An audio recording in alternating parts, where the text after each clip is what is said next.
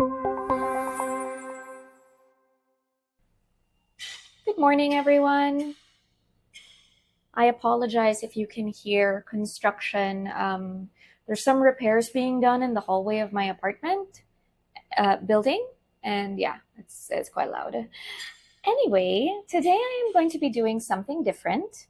I was watching an excerpt from Lisa Papez's series, Troubleshooting the Tarot, and she was talking about, well, like a member, I believe, or a person who had just asked a question about how to interpret good cards, seemingly good cards or positive cards, in the context of something to change about yourself. So I thought that I would do kind of a interpretation of a reading that I have done today in two ways. One is to take more of a something to embrace, and one is in the case of something to change. So a little bit of topsy-turvy tarot today. Anyway, the cards that I have with me, this is from the Oracle d'Or.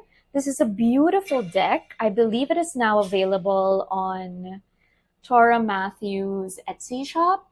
So this was done with Melissa Wotherspoon.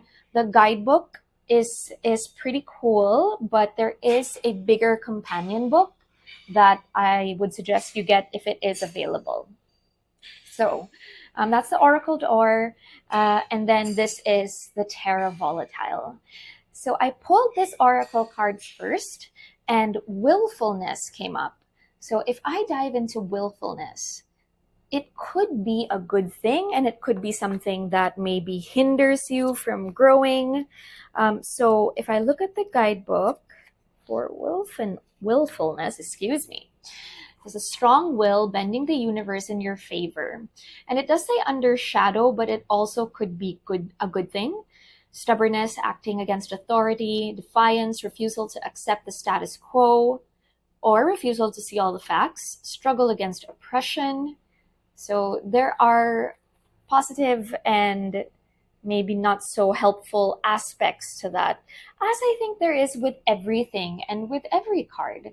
So really there aren't, sure there are cards that present themselves in tarot more geared towards positive interpretations, but Lindsay Mack, another tarot teacher, likes to say that in all cards there is medicine.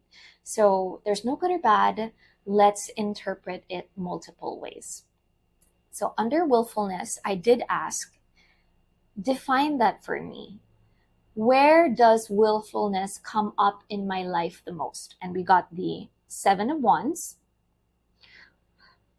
And then to elaborate on the drivers for that, I have the Sun and I have the King of Cups in reverse. So first, let's interpret it in a more, how can I change something about myself that will help me grow and learn more? So if I'm looking at willfulness and the 7 of Wands, that interpretation might be that I have this air of defensiveness in certain situations. And that's where my willfulness, my refusal to see the other person's point of view or see what they're saying, especially hear what they're saying, especially if it's about me, that may be where it plays in. Now, why is that? I want to understand the motivations behind the action of being willful in that moment. And we have the Sun here. So if it's about something more that I want to change, then maybe this is speaking to not necessarily joy, but feeling like if I'm not seen as perfect, if somebody sees a flaw in me, then I'm not worthy. I don't have that. I can't be happy because there's something wrong with me. So that could be one of the motivations. Like I have to present as perfect, as happy, as, I don't want them to see that this is a mask. So I'm protecting that by being defensive. And then have the King of Cups in reverse. And the imagery here, right, is like he's standing almost on top of the ocean. And I imagine the King of Cups has like this swirling, turbulent water. It's also in his cup and it's continuing to swirl and just be violently turbulent. But in this reverse position, it feels like you will be overcome by that violent, turbulent water. Like it would wash over you and maybe wash you away. So it does feel like if somebody calls me out on something, one, they've seen through the mask, which makes me extremely uncomfortable. And they can see that I don't have things under control, that I am out of control. And therefore, I'm not perfect. I'm not presenting as someone that has their shit together. And this is something that I need to really look at when I become willful, when I become defiant or defensive in these situations or in this specific context. Maybe that is because of shame and of trying to present in a way that is not authentic but protects me. So that's how I would interpret it as far as something to change.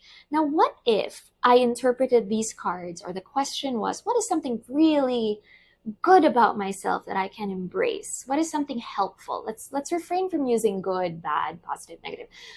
What is something that is really helpful and unique about me, or something that really defines who I am? And it might be willfulness. How does that show up in my life? 7 of Wands. This could be more protective energy. Like, even if I am someone that is standing against others by myself, if I feel the need to protect something or someone, I will stand in the gap. And that is something that is really something that I am proud of myself for. So what's the motivation behind that? It could also be, as I'm reading this, that in my life, I've been made to feel like I don't have that much control. King of Cups in reverse. And people have told me, no, this is how you feel. This is how you feel. And it's like, no, no, no, no, no. I don't want all these voices telling me how I should feel. I'm the King of Cups. I decide how I feel. I know myself. And I will protect my peace and my joy. And if I see that happening to other people, I step in the gap and I'm kind of like, I know what that's like. So while, if I am able, I'll lend you my strength for that. So that is something that I could take in a very sort of helpful, affirming way. So that's just a really quick reading, but all of that to say that there is no good or bad. Yes, some cards do present themselves or open themselves up to an interpretation that comes faster, right? But context is key. The question is key. And your intuition is really key. Because for me, my intuition was saying, yes, there's truth in the first type of reading that I did with this. There is that. But the intuition that I had at the moment was actually, this is about the second kind of reading. So I'll take it on that note. Like, I'll end it on that note.